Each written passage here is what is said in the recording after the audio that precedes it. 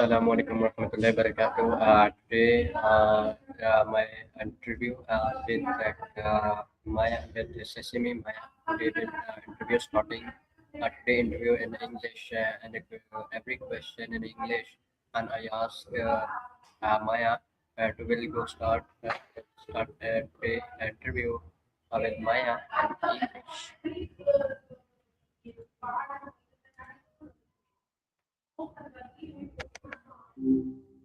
Hi, how are you? I am fine. Are you are fine? How are you? Yeah, I'm good. You're welcome. So, anything on your mind today, Hezbollah? Okay. Hezbollah? Yes. Or just checking in? Maya, today with you interview my English. So my today topic, what problem and this solution. Discuss this topic related. I ask question and you give me question answer and my every question explain brief and give me guidance. Are you ready? Gotcha. So, you want me to essentially interview myself, play both interviewer and interviewee about global problems and potential solutions? And you want me to be thorough with the explanations? Okay, Maya. Interesting. All right. Maya, Let's start with a big one. What do you think is currently the most pressing global problem right now? And why? yes. Maya, this the world problem, this solution, a related question starting in this section. So we're starting. My first question: what is the biggest environment problem in the world, and how can solve? All right, let's tackle that. Biggest environmental problem? That's a tough one because there are so many interconnected issues. But if I had to pick one overarching problem, I'd say it's climate change. It's not just about rising temperatures, it's driving extreme weather events, sea level rise, biodiversity loss, and disrupting ecosystems globally. Now, how can we solve it? It's not a simple fix, obviously.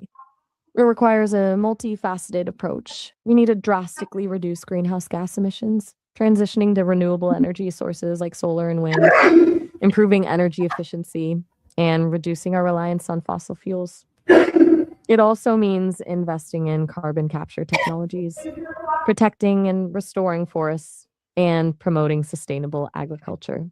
But it's not just about technology. We need policy changes, carbon pricing, stricter environmental regulations, and individual action, reducing our carbon footprint through our consumption habits. It's a systemic problem that needs systemic solutions. Okay, my turn to ask you a question. What do you think is the biggest obstacle to tackling climate change? Is it political will, technological limitations, economic costs, or something else entirely?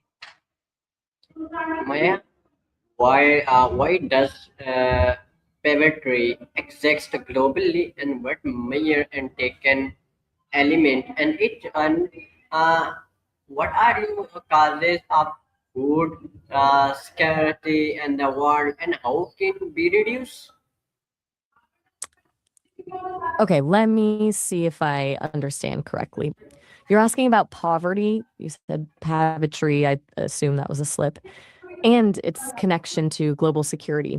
You want to know the causes of poverty, measures to address it, and how improving security can be linked to reducing poverty. That's a lot, but important. Poverty exists globally due to a complex web of factors. Historically, it's been linked to colonialism, exploitation, and unequal distribution of resources. Currently, it's perpetuated by things like lack of access to education and healthcare, corruption, conflict, discrimination, and limited economic opportunities. Climate change is also increasingly a driver of poverty. displacing communities and disrupting livelihoods. To address it, we need a mix of strategies, investing in education and healthcare, promoting economic growth through fair trade and job creation, strengthening social safety nets, tackling corruption. Please? Okay, sorry, just making sure I didn't miss anything. As I was saying, addressing poverty requires investment in education, healthcare, economic growth, social safety nets, tackling corruption, and ensuring equitable access to resources. Now, regarding security, a lack of security, conflict, violence, political instability exacerbates poverty. It disrupts economies, displaces people, and destroys infrastructure. Conversely, poverty can also contribute to insecurity, creating fertile ground for extremism and social unrest. So, improving security involves things like strengthening governance, promoting the rule of law, investing in peacekeeping and conflict resolution, and addressing the root causes of conflict, inequality, marginalization, and lack of opportunity. It's a vicious cycle, really. Okay, my turn. Do you think there's a relationship between global inequality and political instability? And if so, how would you describe it? Maya, Right. my Just next question: how does lack of education create problem in countries, and what step can improve it, and what global strategies are effective against uh, poverty and hunger? okay, good question. A lack of education creates a whole cascade of problems within countries. It limits economic opportunities. People with less education earn less, hindering economic growth. Also hinders social progress. Lower education levels are correlated with poorer health outcomes, lower civic engagement, and increased vulnerability to exploitation. It impacts governance. A less educated populace may be less able to participate meaningfully in democratic processes and more susceptible to misinformation. To improve education, we need to invest in access, ensuring all children, especially girls and those in marginalized communities, have access to quality schooling. We need to focus on teacher training and development, curriculum reform, and providing adequate resources to schools. Technology can also play a role, providing access to online learning and educational materials. As for global strategies against poverty and hunger, the Sustainable Development Goals, SDGs, are a key framework. Specifically, Goal 1 and Goal 2 provide targets and indicators for measuring progress. These goals are supported by initiatives like the World Food Program, the Food and Agriculture Organization, and various international aid organizations. They focus on things like promoting sustainable agriculture, strengthening food security, providing social protection, and invest in rural development. All right, my turn. What do you think is more important, providing immediate food aid to those experiencing hunger or investing in long-term solutions like sustainable agriculture? Why? Okay, Maya, my next question is typically what are affected of air pollution, uh, and how can it be reduced, and how can global health problem like pandemic and their control and human right issue and exist in the world, and how can they be improved? Okay, a lot packed into that one. Let's break it down. Air pollution has a massive range of effects. Primarily, it causes respiratory and cardiovascular diseases, increasing hospitalizations and premature deaths. It also contributes to cancer and can even impact neurological development in children. To reduce air pollution, we need to transition to cleaner energy sources, improve vehicle emission standards, invest in public transportation, and promote sustainable urban planning. Reducing industrial emissions is also crucial. Now, regarding global health problems like pandemics, control relies on a combination of early detection, rapid response, and international cooperation. This includes strengthening healthcare systems, investing in research and development of vaccines and treatments, and establishing robust surveillance systems to monitor emerging threats. Things like the WHO, huge role. Finally, women's rights. A lot of issues there. Systemic discrimination, gender-based violence, unequal access to education and economic opportunities. To improve women's rights, we need to promote legal reforms that ensure gender equality, challenge harmful social norms, and invest in programs that empower women economically and politically. Awards and recognition are great, but they're not enough. We need concrete action.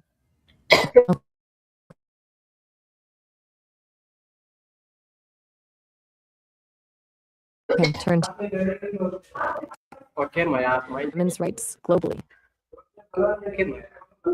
My next question: how can increasing incident of terrorism and prevent globally? Okay, let me try and clarify. You're asking about the increasing incidence of terrorism globally. You said walking and increasing and premium, but I'm assuming you meant something else. Are you asking about the rising threat of terrorism around the world? Next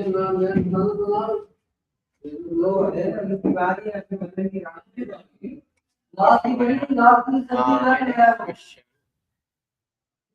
Right, okay. Growing and digital divide in the world be solved.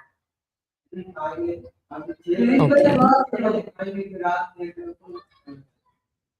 I'm a little lost.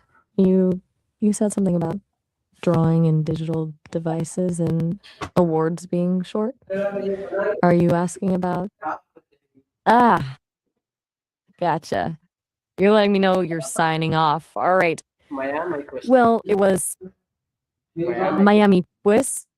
my question. All right. What is the international measure necessary to prevent political conflict and wars? Okay, that's a big one.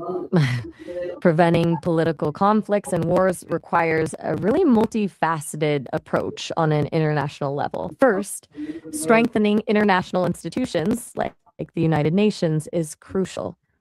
Giving them more authority and resources to mediate disputes and enforce international law. We need to prioritize diplomacy and negotiation, creating platforms for dialogue and fostering trust between nations. Investing in economic development and reducing inequality can also address root causes of conflict. Promoting democracy, human rights, and the rule of law is essential, but needs to be done carefully and respectfully, not through interventionism. Arms control treaties and disarmament efforts are vital to limit the proliferation of weapons. And finally, addressing climate change and other global challenges that can exacerbate tensions. It's all interconnected. Okay, my turn. Ah, you're welcome. Got it. It's good to acknowledge. So, you just said, you're welcome. I was simply acknowledging that you said it. It's a polite exchange. No question there, just a conversational moment. Are you gonna ask another question? All right. Okay. Are you ready to continue our discussion about international measures to prevent conflict? Or is there something else on your mind wanted to talk about? Just let me know where you'd like to go next. Yes. My next question: what global action can reduce and affect climate change? Okay, good question. Reducing and mitigating climate change requires massive global action, hitting pretty much every sector. First, transitioning to renewable energy sources, solar, wind, hydro, geothermal is key. We need to phase out fossil fuels as quickly as possible. Improving energy efficiency in buildings, transportation, and industry is also critical. Then there's protecting and restoring forests as they absorb carbon dioxide. We need to promote sustainable agriculture practices that reduce emissions and enhance carbon sequestration in soils. Ooh. All right. Have a good one. Yes. How can children issues such as education, health, and safety improve globally? Okay, important question. Improving children's issues globally, education, health, and safety, requires a comprehensive and coordinated approach. Starting with education, we need to ensure access to quality education for all children, particularly girls and those in marginalized communities. This involves investing in teacher training, providing adequate resources to schools, and adapting curricula to meet the needs of diverse learners. For health, we need to strengthen healthcare systems, providing access to vaccinations, essential medicines, and maternal and child health services. Addressing malnutrition and promoting healthy diets is also crucial. Finally, for safety, we need to protect children from violence, exploitation, and abuse. This involves strengthening child protection systems, enacting and enforcing laws that protect children's rights, and addressing the root causes of child abuse and neglect, poverty, inequality, and harmful social norms. International cooperation and financial support are essential for all of these efforts. There is a lot we all need to do. Now, my turn.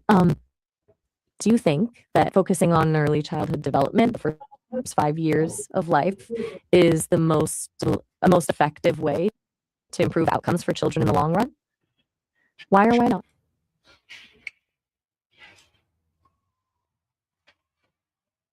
How can growing digital divided in the world be solved? Okay, that's a crucial issue. The growing digital divide, the the gap between those who have access to digital technologies and those who don't can be solved through a multi-pronged approach.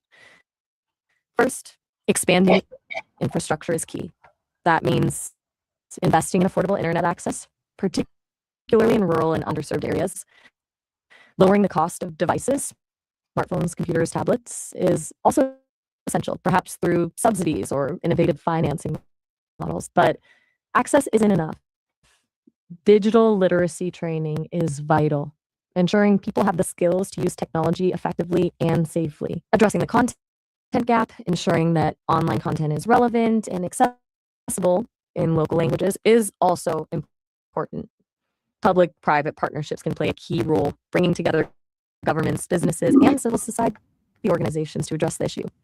And critically, ensuring net neutrality, the principle that all internet traffic should be treated equally, prevents discrimination and ensures fair access. My turn. Do you think affordable internet access should be considered a basic human right? Why or why not? Okay. My next question. Uh, how does rising inflation creating global problem and how can we control and what international measure necessary and prevent uh, uh, and the war climate what solve in digital divided growing problem caused by the homing migration and solution exist. Whoa. Okay. That's a lot bundled into one question. Let's unpack it. When you say rising inflection, are you referring to rising geopolitical tensions? If so, those tensions create global problems by increasing the risk of conflict, disrupting trade and investment, and undermining international cooperation. Controlling them requires diplomacy, dialogue, and a commitment to international law. Strengthening international institutions, promoting arms control, and addressing the root causes of conflict, poverty, inequality, and political instability are all crucial. You also asked what international measures are necessary to prevent war. Essentially the same things: diplomacy, strong international institutions, and addressing root causes. Then you shifted to the digital divide and its connection to migration. Are you suggesting that migration patterns are exacerbating the digital divide? That's an interesting connection. Increased migration can strain existing infrastructure and resources, making it harder to provide equitable access to digital technologies. Solving that requires investing in digital inclusion programs for migrants and refugees and ensuring that they have the skills and access they need to participate in the digital economy. However, there's some confusion with your phrasing. Homing migration, execs, and the left-hand comment feels out of place. Can you clarify what you meant by those phrases? Okay, big question. What do you think is the biggest obstacle to international cooperation in addressing these complex global challenges? Thank you, Maya. Today topic with interview discussion and every definitely question and the problem of the world and how to solve. Thank you. And this topic related, give me guidance and explain and solve guidance, help and solution. You're very welcome, Ms. Billa. I'm glad I could provide some guidance and help explore these complex global issues with you. It was a really interesting discussion, and it's good you're thinking about these things. Okay. Remember, there Thank are no easy solutions to these problems.